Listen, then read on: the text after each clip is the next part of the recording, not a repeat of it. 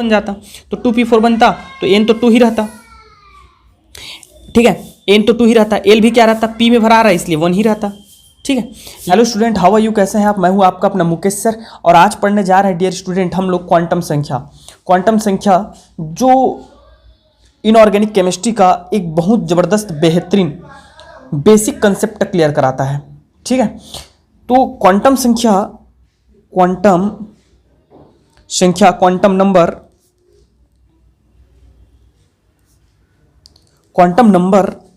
ठीक है, इससे हमको क्या क्या जानकारी मिलती है ये सुनिए। पहले इसका लाभ ही बता देता हूं मैं कि क्या क्या आपको पता चलने वाली है। क्वांटम संख्या से डियर स्टूडेंट हमको पता चलता है कि किसी भी परमाणु की त्रिज्या क्या होती है। समझ में आ रहा है? परमाणु की त्रिज्या पता चलती है, और परमाणु की त्रिज्या पता चल गई तो आयनिक त्रिज्या ज्ञात हो जाएगा। आयनन विभव, ऋण विद्युता, इन सब के लिए ये बहुत कंपलसरी है। ठीक है, उसके साथ साथ क्वांटम संख्या में इलेक्ट्रॉन जो होती है हमको उसकी स्थिति के पता चलता है, उसकी ऊर्जा के बारे में पता चलती है, स्थितिज ऊर्जा के बारे में पता चलती है।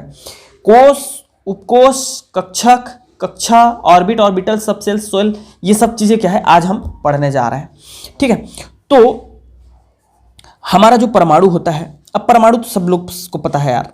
ठीक है, रदरफोर्ड ने बता दिया था कि परमाणु के केंद्र में नाभिक होता है, बहुत सूक्ष्म नाभिक होता है जिसमें संपूर्ण धनावेश यही केंद्रित रहता है, और इसका भार भी अधिकतम भार केंद्र में ही होता है। तो इलेक्ट्रॉन क्या कहीं पर भी ऐसे इस प्रकार घूमते रहते हैं क्या? इलेक्ट्रॉन कहीं पर भी घूमते रहते हैं क्या? क्या इलेक्ट्रॉन एक दूसरे से नहीं टकराते क्या? ठीक है, कि टकराते हैं। तो इसकी निर्धारण कैसे होता है ये सुनिए। तो इसका निर्धारण होता है डियर स्टूडेंट, क्वांटम संख्या को हम 4 जो है हमारे क्वांटम संख्या होते हैं। कितने क्वांटम संख्या होते हैं? 4 क्वांटम संख्या होते हैं। चारों को हम एक एक करके पढ़ने जा रहे हैं। तो सबसे पहला क्वांटम संख्या होता है वो तो मुख्य क्वांटम संख्या, जिसको हम बोलते हैं प्रिंसिपल क्वांटम नंबर। ठीक है, तो इससे क्या जानकारी मिलती है ये सुनिए। इससे हमें परमाणु के आकार के बारे में सबसे महत्वपूर्ण जानकारी परमाणु के आकार के बारे में मिलती है। कैसे, ये सुनिए डियर स्टूडेंट। रदरफोर्ड के अकॉर्डिंग ये मेरा मान लो नाभिक है, ये नाभिक है। ठीक है, ये क्या है? नाभिक है। अब जैसे कि मैं कोई परमाणु तत्व ले लेता हूं, जिसकी सोडियम ले लिया, जिसका सबको पता है परमाणु क्रमांक होता है 11, अर्थात इलेक्ट्रॉनों की संख्या होती है 11। समझ में आ रहा है? तो ये जो इलेक्ट्रॉन्स होते हैं वो एक्चुअल में इधर उधर नहीं घूमते रहते, ये एक समूह में पाया जाता है जिसकी नाभिक से एक सीमित दूरी होती है, और उस दूरी का जो फॉर्मूला होता है उसका रेडियस, ठीक है, रेडियस वृत्ताकार होता है। तो रेडियस जो होता है उस रेडियस का फॉर्मूला होता है R = 0.529 multiply n divided by n square होता है, sorry n square divided by z, where z is परमाणु क्रमांक। मतलब ये n क्या है? n ही है हमारा क्या चीज? मुख्य क्वांटम संख्या। n क्या है? मुख्य क्वांटम संख्या है। तो पहले के लिए ये जो आपको पहला समूह दिखेगा, यहां पे सपोज मैं एक समूह बना देता हूं, इससे एक सीमित दूरी पर, इसकी त्रिज्या तो यहां से निकाल लीजिएगा। n का मान पहले समूह के लिए क्या हो जाएगा? n का मान जो हो जाएगा पहले समूह के लिए 1 हो जाएगा। ठीक है, जिसको हम लोग बोलते हैं k। क्या बोलते हैं? k। यही n अगर मैं दूसरा समूह बनाऊंगा तो ये हो जाएगा 2, और इसको हम लोग शो करते हैं डियर स्टूडेंट k l। उसके बाद तीसरा नंबर जो आता है वो होता है हमारा m, k l m। उसके बाद चौथा जो आता है उसके लिए होता है m। इस प्रकार ये जो है 7 तक अभी तक जो ज्ञात किया गया है वो कहाँ तक ज्ञात किया गया है? 7 तक ज्ञात किया है, अर्थात q तक ज्ञात किया जा चुका है। मेरी बात सबको समझ में आ रही है अच्छे से भाई? कि इसके जरिए से हम त्रिज्या निकाल लिए, मतलब नाभिक से पहला कक्षा की दूरी, इसी को हम लोग क्या बोलते हैं? कक्षा कहते हैं या कोश कहते हैं। कोश ये तभी बनेगा जब इलेक्ट्रॉन होगा, अर्थात इसमें इलेक्ट्रॉन 100% उपस्थित ही रहते हैं, पाए जाने की प्रायिकता नहीं होती, संभावना नहीं होती, होते ही होते हैं, तभी जब जो है कक्षा या कोश का निर्माण होता है। सेल, कक्षा, कोश, ऑर्बिट या सेल कहते हैं, याद रखिएगा इस चीज को। समझ में आ गया? तो सेल बन गया, एक समूह बन गया, इसकी दूरी भी निर्धारित हो गई। अब पहले समूह के लिए हमारा n का मान क्या हो जाएगा? 1, तो इससे हम त्रिज्या निकाल लेंगे। इतना कंसेप्ट क्लियर हो गया। अब बात आती है कि इसमें इलेक्ट्रॉन कितने होंगे। मैं समझ गया कि इलेक्ट्रॉन होंगे, तो इसमें 11 इलेक्ट्रॉन है, तो क्या 11 के 11 यहीं पे आ जाएंगे? नहीं। तो इसके लिए फॉर्मूला आता है डियर स्टूडेंट कि एक जो है यदि n = 1 है, अर्थात k है, तो उसमें जो इलेक्ट्रॉनों की संख्या होगी वो 2n² से दिया जाता है। मतलब 2 मल्टीप्लाई n का मान कितना है? 1 है k के लिए, तो ये हो जाएगा 1 का स्क्वायर मतलब 2। इसमें हमारा केवल आ जाएगा कितने इलेक्ट्रॉन्स? 2 इलेक्ट्रॉन्स आ जाएंगे k में। मेरी बात समझ में आ गई सबको अच्छे से? एकदम क्लियर है? अब इसी को हम लोग देखते हैं, n अगर a इज इक्वल टू 2 है अर्थात k के बाद आ जाएगा हमारा इससे बड़ा दूसरा समूह आ जाएगा, क्योंकि इससे ज़्यादा नहीं आएगी ना, 2 ही आएंगे तो फिर दूसरा समूह बनाना पड़ेगा। तो दूसरा समूह मतलब दूसरा समूह जो बनाओगे तो उसके लिए n का मान 2 हो जाएगा, तो n का मान यहाँ 2 रख दीजिए, 2 2 4 हो जाएगा। और यदि ये सोडियम तत्व सोडियम है तो सोडियम के लिए हमारा ये हो जाएगा z का मान हो जाएगा 11, और इसको मल्टीप्लाई करके आप त्रिज्या निकाल लीजिए, त्रिज्या निकाल करके आप ये जो है इस परमाणु की त्रिज्या हो जाएगी। तो यहाँ पे आप खींच सकते हैं क्या चीज़, एक समूह बना सकते हैं। इस समूह में जो हमारा के एल हो जाएगा दूसरा नंबर, ठीक है। तो इस समूह में हमारा कितने इलेक्ट्रॉन आ जाएंगे, तो 2 × 2 की घात 2 अर्थात 2 दूनी 4 4 दूनी 8। सबको अच्छे से क्लियर समझ में आ रहा है बात। तो इसमें कितना आ जाएंगे, 8 इलेक्ट्रॉन आ जाएंगे भाई। ये देखिए कुछ इस प्रकार ये, तो ये होता है हमारा मुख्य क्वांटम संख्या। इससे क्या क्या जानकारी मिल गई, सबको अच्छे से समझ में आ गया। अभी हमने कक्षा, जिसको हम कोर्स भी कहते हैं इंग्लिश में सेल, इसके बारे में जाना, ठीक है। इतना चीज आपको समझ में आ गया होगा। अब देखते हैं दूसरा क्वांटम संख्या, जिसको हम लोग बोलते हैं द्विगांशी क्वांटम संख्या। द्विगांशी क्वांटम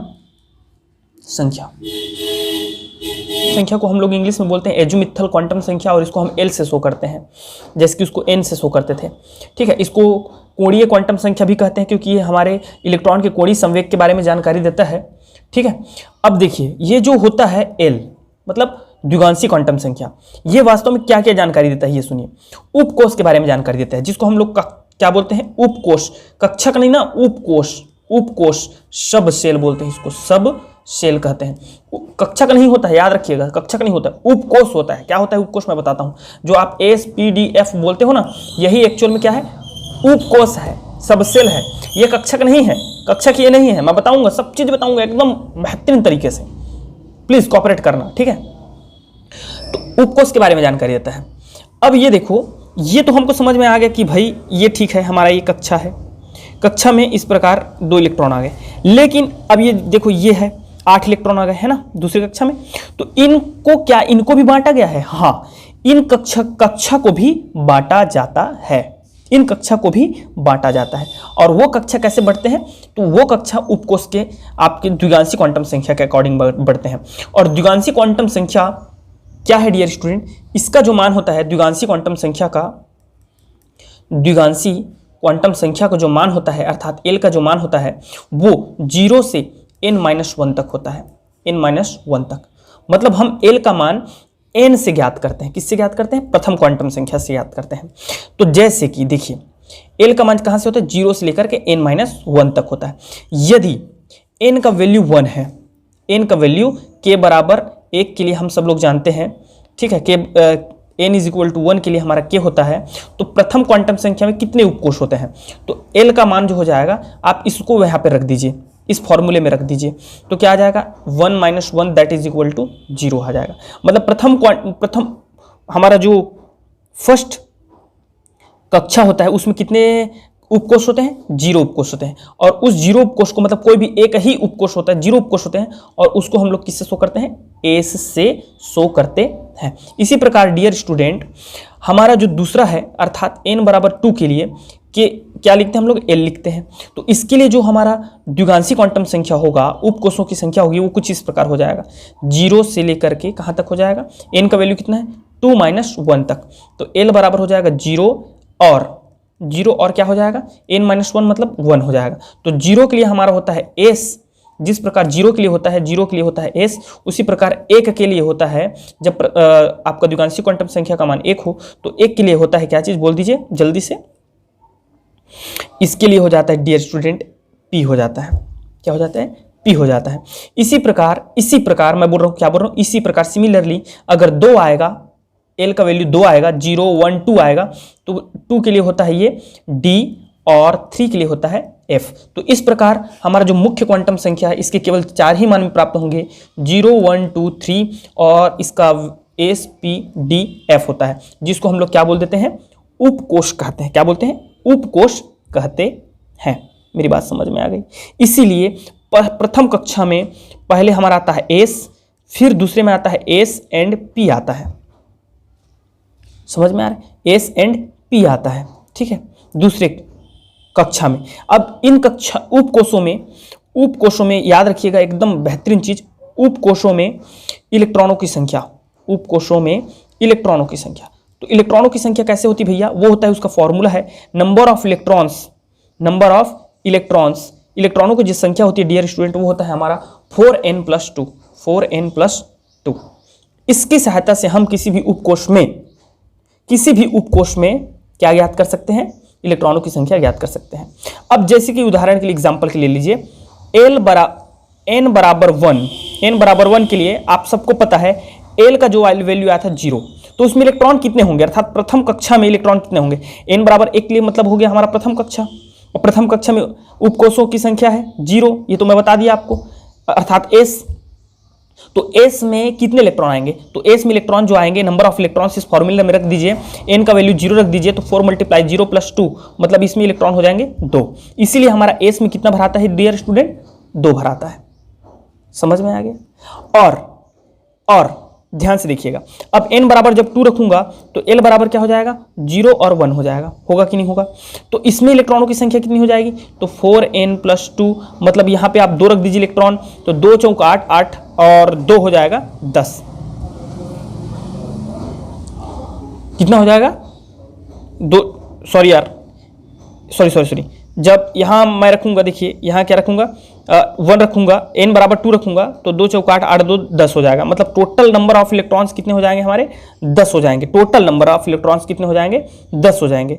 ठीक है, उस परमाणु में इलेक्ट्रॉनों की संख्या कितनी हो जाएगी, 10 हो जाएंगी।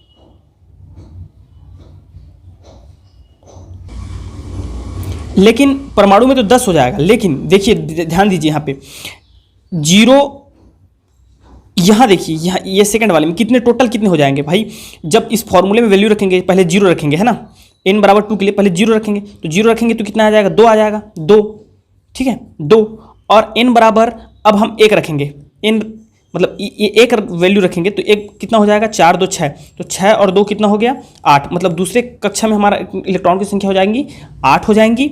ठीक है, एस में आता है 2 और पी में आता है 6। यहीं से पता चलता है कि हमारे पी उपकोष में कितने इलेक्ट्रॉन भराए जाते हैं, कितने भराए जाते हैं बोलो, 6 इलेक्ट्रॉन आते हैं। एस में हमेशा 2 आता है और पी में हमेशा क्या आता है, 6 आता है, 6, याद रखिएगा, यहीं से कंसेप्ट आता है। अब मैं क्या बता दिया आपको, यहीं पे और देख लो, डी में कितने इलेक्ट्रॉन आएंगे, तो डी के लिए कितना है वैल्यू, यहाँ पे देख लीजिए आप, 3 है, 3 है कि नहीं है, तो इसमें इलेक्ट्रॉन कितने भराएंगे, डी में इलेक्ट्रॉन, तो आप फॉर्मूले में मान रखिए 4n+2 में मान रखिए, तो 3 दूनी हो आपका ये हो जाएगा, देखिए डियर स्टूडेंट कितना भरा जाएगा हमारा, 3 चौक 12 और 12 2 कितना हो जाएगा, 14। सॉरी, डी के लिए 2 हो जाएगा ना भाई, 2 हो जाएगा, डी के लिए कितना हो जाएगा, 2 हो जाएगा, तो 2 चौक 8 8 और ये हो जाएगा 2 10, तो इसलिए डी में हम कहाँ तक इलेक्ट्रॉन भरते हैं, 10 तक भरते हैं। एफ की बात आएगी तो एफ में कितना आ जाएगा, 14, सबको पता है, लेकिन आप इस फॉर्मूले के जरिए से निकाल सकते हो, कंसेप्ट यहाँ से आता है। इतना बात पूरा अच्छे से क्लियर है कि नहीं है, आपको ये बताइए मुझे, अच्छे से क्लियर है, एकदम अच्छे से। तो थोड़ा सा हम लोग एक काम करते हैं, एक छोटा सा देखिएगा, यदि मुख्य क्वांटम संख्या थोड़ा सा बता देता हूँ आपको, ठीक है, द्विगांशी क्वांटम संख्या, उपकोष और इलेक्ट्रॉनों की संख्या, इन सब में एक साथ थोड़ा सा हम लोग एक बार संबंध देख लेते हैं। यदि n = 1 है तो द्विगांशी क्वांटम संख्या सबको पता है भाई, द्विगांशी क्वांटम संख्या आता है 0, n से शो करते हैं, l से शो करते हैं।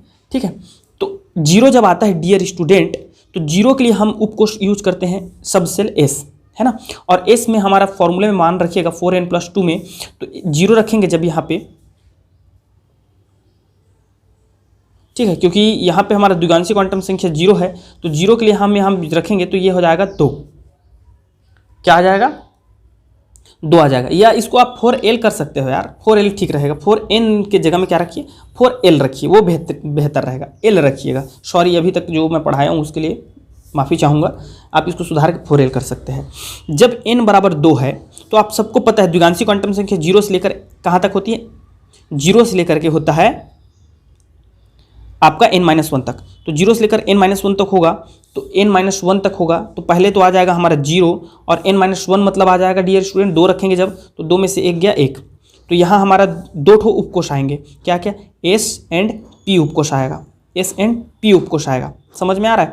अब देखिए, तो यहाँ नंबर ऑफ इलेक्ट्रॉन्स कितने हो जाएंगे, देखिए एस में हमारा नंबर ऑफ इलेक्ट्रॉन्स कितने हो जाएंगे, एस के लिए 0 है एल का मान, तो 0 रखेंगे तो आ जाएगा 2, और पी के लिए हमारा क्या है 1 है, तो पी का 1 है तो 1 रखेंगे यहाँ पे, तो 1 रखेंगे तो क्या आ जाएगा बता दीजिए मुझे, 1 रखेंगे तो 4 और 2 6, तो टोटल नंबर ऑफ इलेक्ट्रॉन कितने हो जाएंगे 8, मतलब एन दूसरे कक्षा में नंबर ऑफ इलेक्ट्रॉन्स कितने हो जाएंगे 8 हो जाएंगे, प्रथम कक्षा में 2 हो जाएंगे। इसी प्रकार यदि एन बराबर 3 रखते हैं तो 3 में क्या आएगा, ये देखिए 3 जब रखोगे तो इसका वैल्यू हो जाएगा 0 1 2 आ जाएगा, तो 0 1 2 आ जाएगा तो एस पी और डी आ जाएगा, आएगा कि नहीं। तो एस में एल का वैल्यू कितना है 0 रहता है, अरे ऐसा कर दो ना यार, ये कर दो ठीक है। एल का वैल्यू कितना है, एल का वैल्यू है ना, ये एल का वैल्यू है, एल का वैल्यू है, तो एल का वैल्यू एस में कितना होता है 0 होता है, तो 0 जब यहाँ रखोगे तो ये आ जाएगा 2, फिर इसके लिए कितना आ जाएगा 6, और डी के लिए कितना आ जाएगा, रखो ना यार 10 आ जाएगा, आएगा कि नहीं। तो टोटल नंबर ऑफ इलेक्ट्रॉन कितने हो जाएंगे 18, आ रहा है कि नहीं आ रहा है, समझ में आ रहा है सबको अच्छे से। तो ये आपका हो जाता है द्विगांशी क्वांटम संख्या। अब बात कर लेते हैं चुंबकीय क्वांटम संख्या के बारे में। किसके बारे में, चुंबकीय क्वांटम संख्या, मैग्नेटिक क्वांटम संख्या। मैग्नेटिक क्वांटम संख्या डियर स्टूडेंट हमको बताता क्या है, यही बताता है हमारा ऑर्बिटल के बारे में, ऑर्बिटल्स के बारे में, ठीक है। ऑर्बिटल मतलब कक्षकों के बारे में जानकारी देता है। कैसे कक्षकों के बारे में जानकारी देता है, ये देखिए एम का मान जो है वो एल के मान पर डिपेंड करता है, और एल के मान पर कैसे डिपेंड करता है, इसका जो फॉर्मूला होता है वो तो होता है 2l+1 होता है, और -l से +l तक होता है, +l तक होता है। बताता हूँ आपको आराम से, इत्मीनान से, धैर्य रखिए। जैसे कि n बराबर इसी में देखते हैं, इसी में देखते हैं। अब मैं क्या बता दिया आपको, m है ना, m कक्षकों की संख्या के बारे में जानकारी देता है, कक्षकों की संख्या। तो m कैसे डिपेंड करता है, ये फॉर्मूला देखिए आप, फॉर्मूला 2l+1, तो 2l+1, तो मतलब क्या है डियर स्टूडेंट, यदि l is equal to L पर डिपेंड करता है, तो l इज इक्वल टू 0 है, प्रथम कक्षा में क्या है 0 है, तो 0 है तो यहाँ 0 रखेंगे, तो कक्षकों की संख्या 0, यहाँ l का मान 0 रखेंगे, तो हमारा यहाँ कक्षकों की उप कक्षकों की संख्या क्या हो जाएगी, सॉरी कक्षकों की संख्या क्या हो जाएगी, 1 हो जाएगी, 1। इसलिए हम s के लिए क्या बनाते हैं, एक डब्बा बनाते हैं, एक डब्बा बनाते हैं, समझ में आ रहा है, एक डब्बा बनाते हैं ये। अब यहाँ l क्या है 0 है, तो यहाँ -l से लेकर के +l तक होता है, +l तक होता है, -l से +l तक। अब 0 है भैया तो मन तो माइनस होगा ना, तो प्लस होगा, अर्थात ये हो जाएगा 0। अब दूसरा में देखिए l बराबर यदि क्या है, वो 0 से लेकर l तक है। देखिए l बराबर यदि 1 है डियर स्टूडेंट, मतलब p, l बराबर 1 मतलब क्या होता है p, तो p में कितने कक्षक होंगे, ऑर्बिटल कितने होंगे, तो उसके लिए आप क्या करो, इस फॉर्मूले में वैल्यू रखो, 2l+1 में रखिए, तो 2 मल्टीप्लाई l का वैल्यू क्या आ गया 1 + 1 दैट इज इक्वल टू 3, इसलिए p में कितने हमारे ऑर्बिटल्स होते हैं, 3 ऑर्बिटल होते हैं इस प्रकार। तो यहाँ हमारा आ जाएगा 3, ठीक है। हालांकि इसका ये और है, इसका और है, इसका भी एक रहेगा कि नहीं रहेगा, लेकिन अगर p है तो उसका कितने ऑर्बिटल आ जाएंगे, 1 2 3 आ जाएंगे इस फॉर्मूले के जरिए से, और -l से +l, तो l का मान कितना है, p के लिए कितना होता है, 1 होता है कि नहीं होता है, तो ये हो जाएगा -1 और ये +1, और बीच में जो है वो है 0, -l से +l तक, और p के लिए l का मान क्या होता है, और इसी प्रकार आपका आता है d, तो d के लिए क्या होता है भाई 5 होता है, कैसे होगा 5, d के लिए l का मान पहले क्या होता है बता दो मुझे, d के लिए जो हमारा l का वैल्यू होता है डियर स्टूडेंट वो होता है 2 होता है कि नहीं होता है, तो 2 होगा तो इस फॉर्मूले मान रखिए, 2 2 ज़ा 4 4 1 5 हो गया, तो यहाँ ऑर्बिटल कितने बन जाएंगे, 5 बन जाएंगे, 5 ऑर्बिटल बन जाएंगे, बनेंगे कि नहीं। और d का वैल्यू l क्या है 2 है, तो ये हो जाएगा -2 से +2 तक, ठीक है, तो ये आ जाएगा -1 +1 और ये हो गया 0। इसी प्रकार f का हम निकालेंगे, तो f का आपका l होता है 3, तो 3 दूनी 6 और 6 1 7, तो इसमें 7 ऑर्बिटल बन जाएंगे, ये ऑर्बिटल है, इसको कहते हैं कक्षक। पूरा कंसेप्ट क्लियर हो रहा है कि नहीं हो रहा है, इसको कहते हैं कक्षक, समझ में आ गया जी अच्छे से। चलिए अब लास्ट देख लेते हैं, इसके बाद हमारा स्पिन क्वांटम संख्या, स्पिन चक्रण, उसके बाद सबको एक साथ फिर मैं क्लियर कर दूंगा आपको अच्छे से, ठीक है, सबको अच्छे से क्लियर करा देंगे, और उसके बाद आपको मैं थोड़ा सा और बहुत सारा जानकारी दे दूंगा, ठीक है। स्पिन क्वांटम संख्या,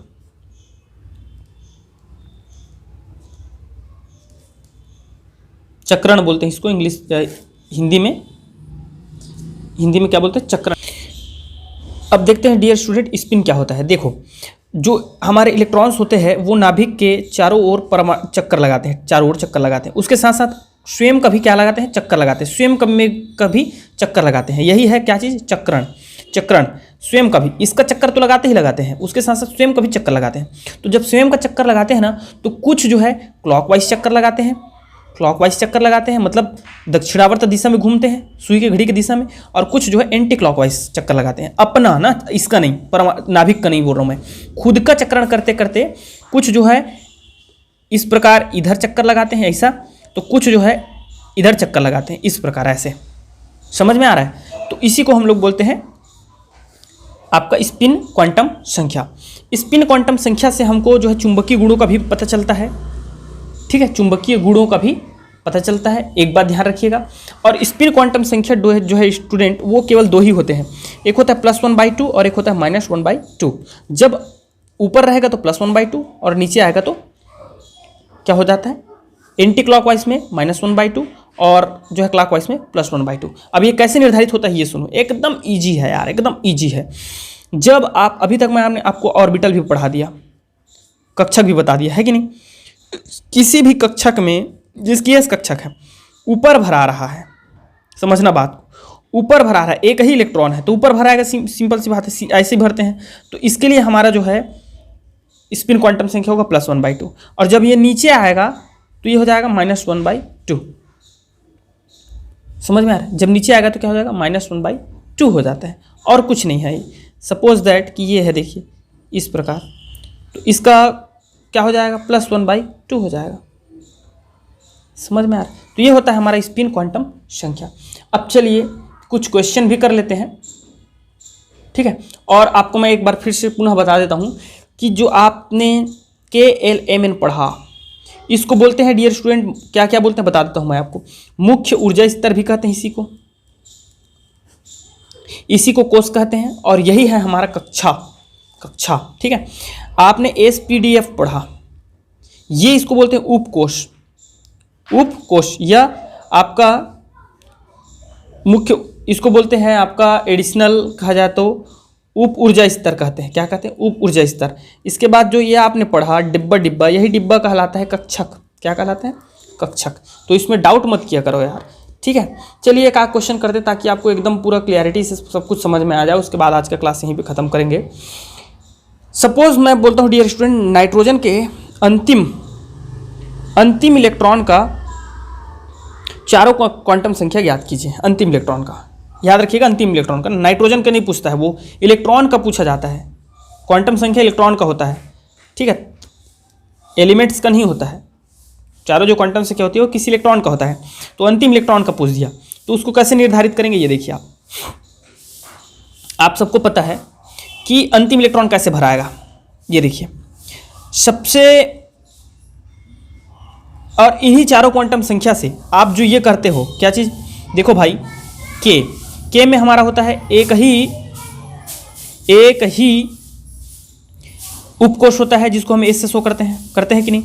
और इसका उपकोष एस होता है डियर स्टूडेंट। तो इसके मुख्य क्वांटम संख्या को हम सामने वो करते हैं, रखते हैं। जिसकी आपने हाइड्रोजन वो किया, हाइड्रोजन का जब हम बनाएंगे परमाणु तो कुछ इस प्रकार बनाएंगे परमाणु को बनाने के वक्त। ये अब इसमें भाई सबको पता है 2 इलेक्ट्रॉन है, तो 2 इलेक्ट्रॉन किस में आ जाएंगे, प्रथम कक्षा में ही आ जाएंगे। अभी मैं पढ़ाया हूँ आपको, के में ही आ जाएंगे, आएंगे कि नहीं। तो ये क्या है, ये हो जाएगा एस में, एस रहता है उपकोष। इसमें कितना उपकोष रहता है, एक ही उपकोष रहता है। तो ये हो जाता है मुख्य क्वांटम संख्या को सामने में, और ये हो जाता है उपकोष, और इसके ऊपर में इलेक्ट्रॉनों की संख्या को शो करते हैं। अब नाइट्रोजन का जब भरेंगे तो कितना कक्षा भराएगा ये बताओ मुझे। पहले कक्षा में 2, दूसरे कक्षा में सबको पता चल गया कितने इलेक्ट्रॉन आते हैं। दूसरे कक्षा में कितने इलेक्ट्रॉन आएंगे बता दीजिए मुझे, कितने इलेक्ट्रॉन आते हैं। तो यार 4n+2 पढ़े हो कि नहीं पढ़े हो, हैं, ये 4l+2, ठीक है। तो इसमें कितने इलेक्ट्रॉन आ जाएंगे हमारे, टोटल इलेक्ट्रॉन की संख्या, नंबर ऑफ इलेक्ट्रॉन्स की संख्या हो जाएंगी, टोटल आ जाता है 8 आता है। बट हमारा नाइट्रोजन है, नाइट्रोजन में 7 ही है, तो 2 तो भरा गया, तो 5 आ जाएगा। कितना आ जाएगा, 5 आ जाएगा। तो ये 5 जो आएंगे वो, और इसमें जो है दूसरे कक्षा में के बाद एल में हमारे 2 उपकोष होते हैं, एस और पी उपकोष होते हैं, तो एस और पी उपकोष होते हैं, तो एस उपकोष पहले आ जाएगा, ठीक है, उसकी कम ऊर्जा की आवश्यकता होती है इसलिए पहले आ जाएगा। तो ये आ जाएगा दूसरे उपकोष के लिए सामने में 2, ठीक है, दूसरी कक्षा के लिए, और पहले हमारा आता है एस, तो एस और इसमें 2 इलेक्ट्रॉन पहले भरा जाएंगे कंप्लीट, उसके ऑर्बिटल में कितने इलेक्ट्रॉन भरा जाएंगे, 2 इलेक्ट्रॉन भरा जाएंगे, तो ये हो गया 4 इलेक्ट्रॉन भरा गया, अब बच गया 3, तो 3 जो आएगा वो दूसरे ही कक्षा के दूसरे ही कोष के पी उपकोष में भराएंगे 3 इलेक्ट्रॉन। समझ में आ गया, 3 इलेक्ट्रॉन, और हमें इसी अंतिम इलेक्ट्रॉन का निकालना है। तो पता है, सबको पता है कि पी उपकोष में 3 ऑर्बिटल होते हैं,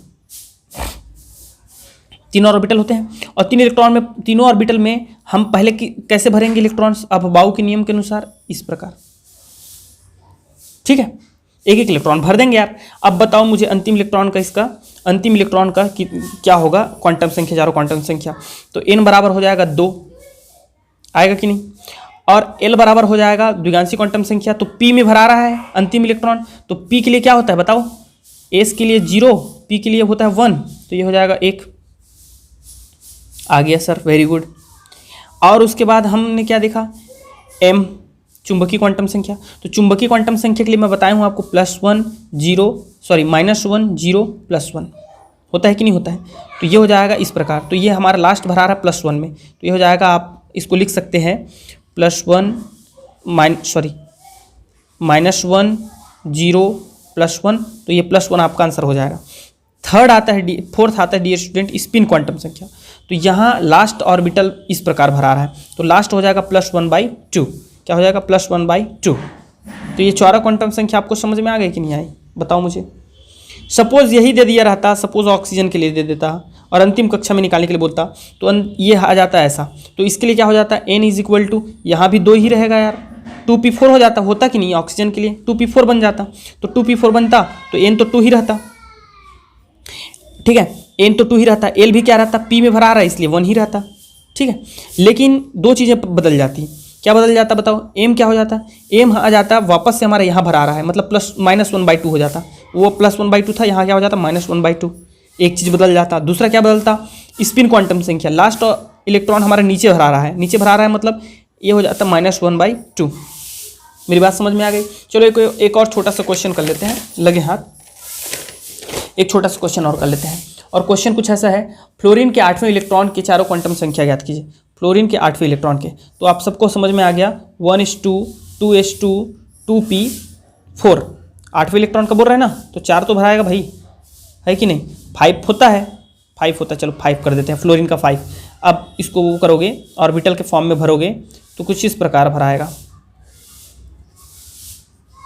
1 2 3 4 5 है ना। मुझे इसका नहीं 8वें इलेक्ट्रॉन का निकालना है, मतलब इसका निकालना है, तो ये ऑक्सीजन के जैसे हो जाएगा, मतलब n बराबर 2, p बराबर आपका 1 और m बराबर, तो इसके लिए क्या हो जाएगा बता दीजिए मुझे, -1 और s = -1/2। समझ में आ गया मेरे भाई। तो इस प्रकार आपको जो है क्वांटम संख्या समझ में आनी चाहिए, इसी से हमारा इसका निर्धारण होता है sp, ठीक है। इलेक्ट्रॉनिक विन्यास भरने का तरीका यहीं से कंसेप्ट स्टार्ट हुआ है, आप समझो इस चीज़ों को, बातों को समझो, आप समझ में आ रहा है, बातों को समझिए। तो इस प्रकार नेक्स्ट क्लास में हम लोग देखेंगे, क्या चीज़ देख लेंगे भाई, इलेक्ट्रॉनिक विन्यास भरते कैसे हैं, इलेक्ट्रॉनिक विन्यास भरते कैसे हैं, ठीक है। तो thank you very much and best of luck.